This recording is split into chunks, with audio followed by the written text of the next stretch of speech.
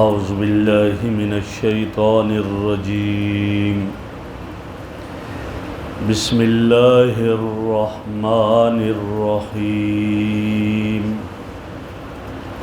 وَلَن تَرْضَىٰ عَنْكَ الْيَهُودُ وَلَا النَّصَارَىٰ حَتَّىٰ تَتَّبِعَ مِلَّتَهُمْ قُلْ إِنَّ هُدَى اللَّهِ هُوَ الْهُدَىٰ وَلَئِنِ اتَّبَعْتَ أَهْوَاءَهُمْ بَعْدَ الَّذِي مَا جَاءَكَ مِنَ الْعِلْمِ مَا لَكَ مِنَ اللَّهِ مِنْ وَلِيٍّ وَلَا نَصِيرٍ الَّذِينَ آتَيْنَاهُمُ الْكِتَابَ يَتْلُونَهُ حَقَّ تِلَاوَتِهِ أُولَئِكَ يُؤْمِنُونَ بِهِ وَمَنْ يَكْفُرْ بِهِ فَأُولَئِكَ هُمُ الْخَاسِرُونَ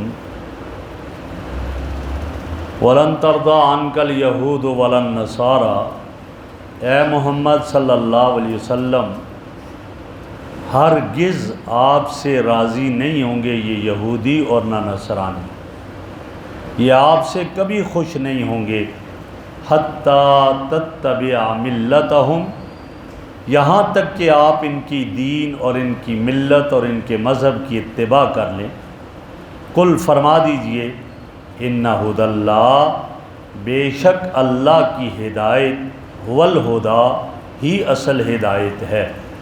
وَلَئِنِ اتَّبَعْتَ أَهْوَاءَهُمْ، اگر آپ ان کی خواہشات کی اتباع کریں گے، بعد الذی جاءک من العلم، علم کے آ جانے کے بعد، آپ کے پاس علم آ چکا، وہی آ گئی اس کے بعد، ما لک من اللہ من ولی ولا نصیر، تو نہیں ہوگا آپ کے لیے اللہ کی طرف سے کوئی حمایتی اور نہ کوئی مددگار۔ الذین آتیناہم الکتاب، وہ لوگ جن کو ہم نے کتاب عطا کی، یتلونہ حق تلاوتہ، اس کی تلاوت کرتے ہیں جیسا اس کی تلاوت کا حق ہے۔ اولئک یؤمنون بہ، یہ وہ لوگ ہیں جو اس پر ایمان لے کر آئے۔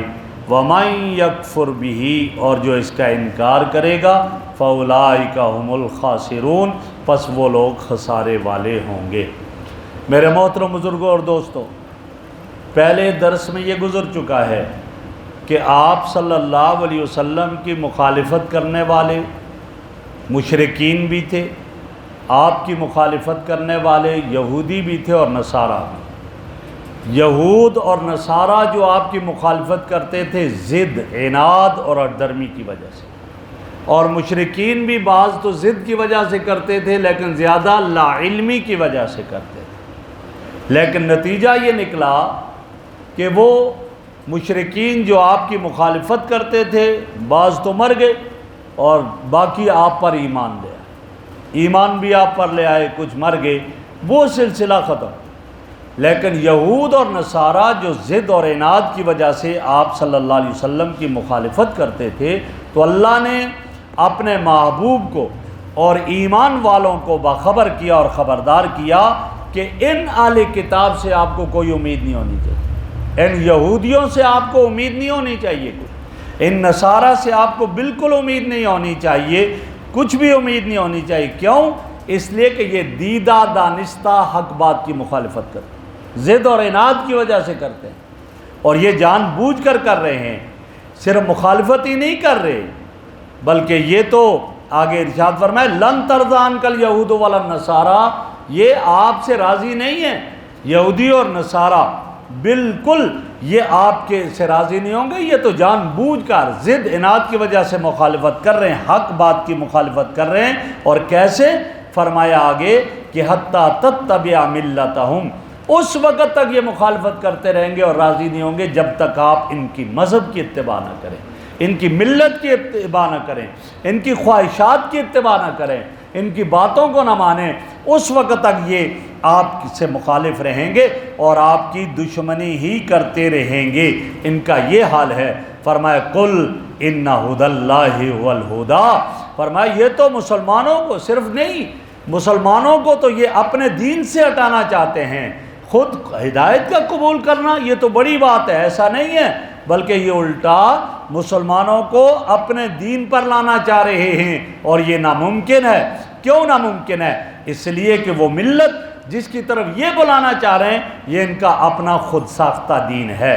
قل ان ھدی اللہ والہدی، حقیقی جو ہدایت ہے وہ اللہ کی ہدایت ہے، حقیقی صحیح مذہب اللہ کی طرف سے جو عطا کردہ ہے وہ اسلام ہے، مذہب اسلام وہ حقیقی ہدایت ہے، باقی سب ایسے ہی ہیں۔ آگے فرمائے وَلَئِنِ اتَّبَعْتَ أَهْوَاءَهُمْ، اے محبوب اگر آپ ان کی اتباع کر لیں، ان کی خواہشات کو مان لیں، ان کے مذہب کی اتباع کر لیں، تو فرمایا پھر یاد کر لینا آپ کے پاس تو وہ علم آ گیا، علم اور یقین آ گیا، وہی آ گئی، اللہ نے وہی کے ذریعے آپ کو سب کچھ بتا دیا۔ اگر ایسا کریں گے ما لکا من اللہ من ولی ولا نصیر، آپ کے لیے کوئی بھی مددگار اور کوئی حمایتی نہیں ہوگا۔ یا نبی اکرم صلی اللہ علیہ وسلم کو خطاب کر کے بتایا امت کو جا رہا ہے، اس لیے کہ یہ ناممکن ہے کہ نبی صلی اللہ علیہ وسلم یہودیوں کا جو ہے وہ دین پر آ جائیں، ان کے مذہب پر آ جائیں، عیسائیوں کے مذہب پر آ جاتے، یہ ناممکن ہے، نبی کبھی بھی نہیں ایسا کر سکتا۔ ہاں امت کو بتا دیا، فرمایا کہ تم نے ایسا نہ کرنا، اور اللہ نے دوسری جگہ ارشاد فرمایا ہے لَإِنْ أَشْرَكْتَ لَيَحْبَطَنَّ عَمَلُكَ، اگر شرک کر دیا آپ کے سارے اعمال حبط اور ضائع ہو جائیں گے، اور ظاہر ہے نبی کبھی شرک نہیں کیا کرتا، امت کو خطاب ہوتا ہے، تو یہاں بھی امت کو خطاب ہے کہ جب تمہارے پاس وحی آ گئی، تمہارے پاس قرآن کریم آ گیا، تمہارے پاس امام الانبیاء جیسی ذات آ گئی جنہوں نے اسلام کی ایمان کی حقانیت کو تمہارے سامنے رکھ دیا، اور ایسی حقانیت کھول کر رکھ دی کہ تم نے اپنی آنکھوں سے معجزات کو بھی دیکھا، تم نے اپنی آنکھوں سے نشانیاں بھی دیکھی، دلائل بھی دیکھے، یہ سب کچھ آ جانے کے بعد اب اگر پھر بھی تم ان یہودیوں کی خواہشات کو پورا کرتے ہو، ان کے مذہب پر آتے ہو، ان عیسائیوں کی خواہشات کو پورا کرتے ہو، ان کے مذہب پر آتے ہو، تو پھر یاد رکھنا کوئی تمہارا حمایتی نہیں ہوگا جو تمہاری حفاظت کرے، کوئی تمہارا مددگار نہیں ہوگا، پھر اللہ کے عذاب سے کوئی بچا نہیں سکے گا۔ آگے ارشاد فرمایا الذین آتیناہم الکتاب یتلونہ حق تلاوتہ، وہ لوگ جن کو ہم نے کتاب دی، کتاب جنہیں دی۔ اب آسمانی کتابیں کیا ہیں؟ تورات، زبور، انجیل آسمانی کتابیں، قرآن آسمانی کتاب، آخری کتاب قرآن ہے۔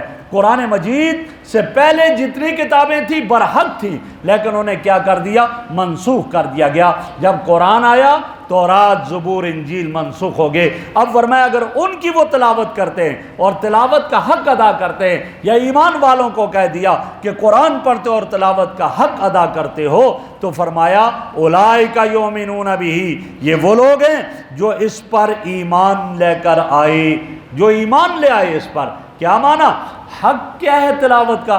تلاوت کا حق یہ ہے کہ اس میں جو حلال بتایا گیا حلال کو حلال سمجھے، حرام کو حرام سمجھے، اس پر عمل کرے، یہ ہے حق۔ ایک آدمی نے تورات کو پڑھ لیا لیکن اس کے حلال اور حرام کو نہ سمجھا، اور حلال کو حلال نہ سمجھا، حرام کو حرام نہ سمجھا، اس پر عمل نہ کیا، گویا اس نے حق ادا ہی نہیں کیا۔ انجیل میں بھی یہی، اور قرآن کے لیے بھی یہی ہے، قرآن پڑھ رہا ہے لیکن اس کے بعد اس پر عمل نہیں کرتا۔ قرآن پڑھتا ہے، اس میں تلاوت کر رہا ہے، لعنت اللہ علی الکاذبین، اور روزانہ جھوٹ بولتا ہے، خود اپنے اوپر لعنت کر رہا ہے۔ فرمایا یہ قرآن یہ لعنت بھی کرتا ہے آدمی پر، آدمی خود اپنے اوپر لعنت کرتا ہے، لعنت اللہ علی الکاذبین۔ یا اور اسی طرح آیات ہیں جن میں اللہ کا غضب آتا ہے، اللہ کی طرف سے لعنت اور ناراضگی آتی ہے، اور وہ اس کے اندر وہ چیزیں پائی جا رہی ہیں، نہیں چھوڑتا ہے، عمل نہیں کر رہا ہے قرآن کریم پر، تو خود اس کا مستحق ہو جاتا ہے۔ تو یہاں یہی فرمایا گیا کہ جو ایسے وہ ایمان لاتے ہیں اس پر، جو عمل کرتے ہیں،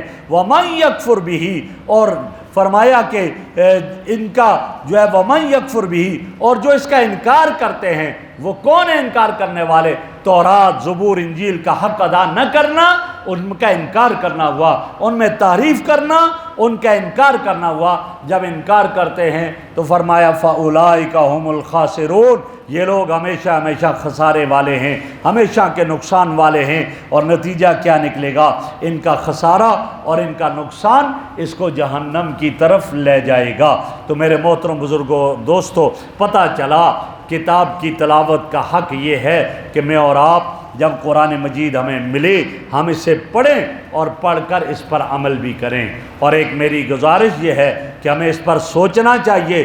قرآن کریم غالباً شاید پہلے بھی میں نے عرض کیا ہو کہ یہ قرآن اللہ کا پیغام ہے، مجھ آپ تک اللہ کا پیغام ہے، اور اسی لیے نبی کو پیغمبر کیوں کہا جاتا ہے؟ پیغام پہنچا رہے ہوتے ہیں۔ جب یہ پیغام ہے اور اگر ہم اس پیغام کے اندر نہ دیکھیں کیا ہے، سمجھے نہ کیا ہے، تو پھر اللہ کی طرف سے ناراضگی ہوگی۔ اور کسی نے بڑی پیاری مثال دی، کہا کہ ایک آدمی کو اس کا والد خط لکھتا ہے اور خط میں پیغام دے رہا ہے، بیٹا میں نے فلاں تاریخ کو فلاں وقت اسلام آباد کے ایئرپورٹ پر اترنا ہے۔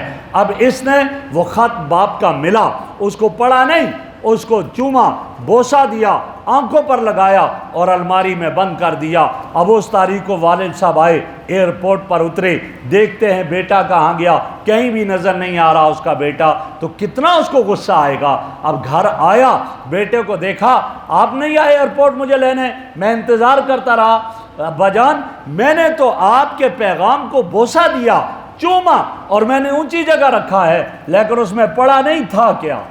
آپ کا خط ملا، رکھ دیا، پڑھا نہیں اس میں تھا کیا، میں سمجھا نہیں اس میں کیا تھا۔ تو باپ اس سے ناراض ہوگا کہ یہ کیسا تیرا اس سے محبت ہے، یہ کیسی محبت؟ میرے بھائی یہ قرآن بھی میرے پاس اور آپ کے پاس اللہ کا پیغام ہے۔ جب اللہ کا پیغام ہے تو میں اور آپ کم از کم ایک مرتبہ تو اس قرآن کو سمجھ لیں، ایک مرتبہ تو اس کو پڑھ لیں اور سمجھ کر پڑھیں کہ اس میں رب کا کیا پیغام آیا ہے، وہ پیغام میرے اور آپ کے لیے کیا ہے۔ جب ہم اس سے سمجھیں گے، پڑھیں گے اور سمجھیں گے تو یہ کیا ہوگا؟ حق کا تلاوت ہی اس کی تلاوت کا حق ہو جائے گا، حق ادا ہو جائے گا، اور پھر اس کے حلال کو حلال، حرام کو حرام سمجھا تو اپنی زندگیوں میں لے آئیں گے۔ حضرات صحابہ کرام جب قرآن آتا ان کے پاس تو وہ یہی کیا کرتے تھے کہ اس کو پڑھ کر عمل کرتے تھے کہ جو آیت سنی اب یہ میری زندگی میں کتنی آ گئی ہے، یہ دیکھا کرتے تھے۔ حضرت زین العابدین رحمہ اللہ، حضرت حسین رضی اللہ تعالیٰ عنہ کے صاحبزادے ہیں، باندی کے ہاتھ میں برتن ہے اور جا رہے تھے، وہ برتن گرا، انہیں چوٹ آئی، غصہ آیا، باندی نے دیکھا، باندی نے فوراً قرآن کی آیت کا یہ حصہ پڑھا، والکاظمین الغیظ،